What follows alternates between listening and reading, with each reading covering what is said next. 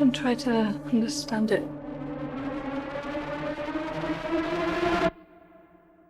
Feel it.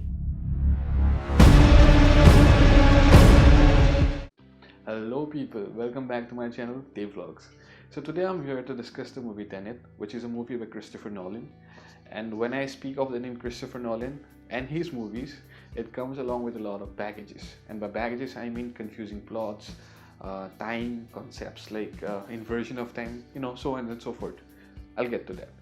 So this movie has in its essence the inversion of time as the element or the subject of the story. But before I get to that, I would like to mention the things I have liked about this movie, and after that I'll go into parts where I was expecting a little more. I was not disliking those parts, but I was expecting a little more. So on the like list, the thing that I'd like to mention first of all is that I loved the cinematography of this movie. And why won't you enjoy that? It's a Christopher Nolan movie after all. So there is no further briefing on that. So you can expect an amazing and very fluent cinematography on this one. And the color scheme used is, well, that's flawless as well. And right after the cinematography part comes the music, which is by Ludwig Göransson. He has done a splendid job in this one. But when speaking of sound mixing and sound design, there are also some kind of lapses in this movie, which I'll discuss in the parts that I was expecting more from. So yeah, Ludwig Göransson has done a splendid job on the sound design front and mixing front. And the plot regarding this movie involves the inversion of time, the concept of inversion of time.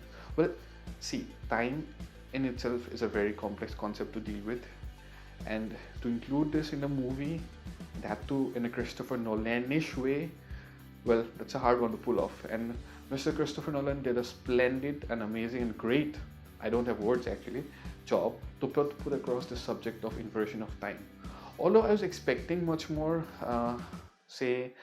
when they were discussing how inversion of time is achieved, the movie says that inversion of time is this concept is achieved in the future, and some people are sending materials which can be which do not follow the regular rules of time, and those are sent back into the past, and they are employed by this Russian mafia, this head of Russian mafia who wants to start the World War III.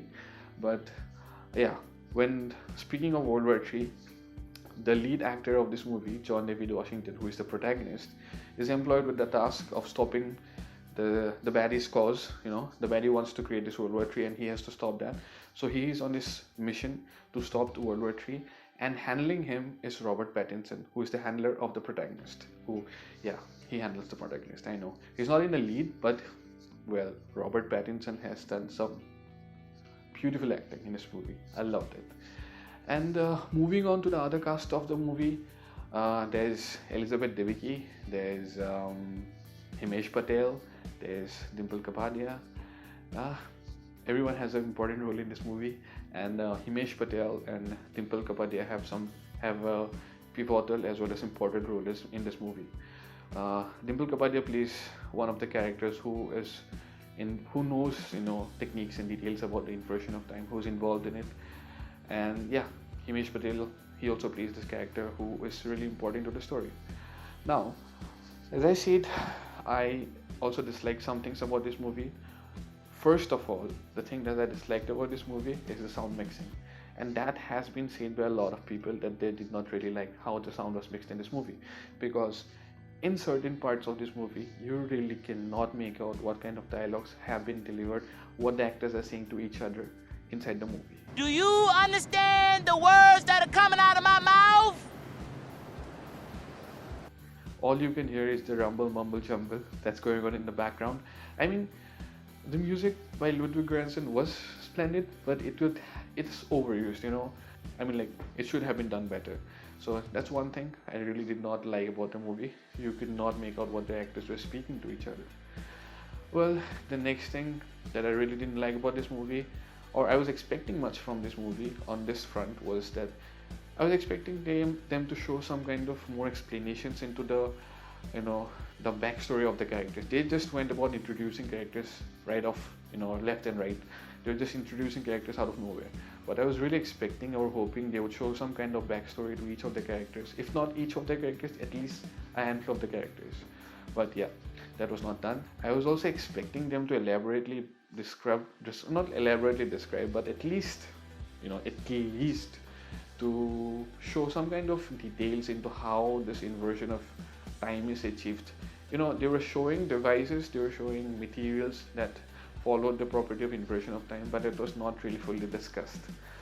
And that's kind of half-baked, that was really half-baked for me, at least. I do not know what would someone else say about this, but it was really half-baked for me. I was expecting much more. And yeah, actually the concept of inversion of time that was discussed in this movie is based on the reverse entropy concept, in which you are moving forward and you are moving forward, but the world is moving backwards, but it seems like you're moving forward. So it's pretty confusing. It's really confusing. So you need to really have like at least 3-4 screenings of this movie, or maybe you need to watch it when it comes out on Blu-ray to rather than scratching off your heads, just have to watch this movie 2-3 more times just to clear your concepts. And yeah, the last thing that this movie could have served better was the ending of this movie, which was really heavy on the plot.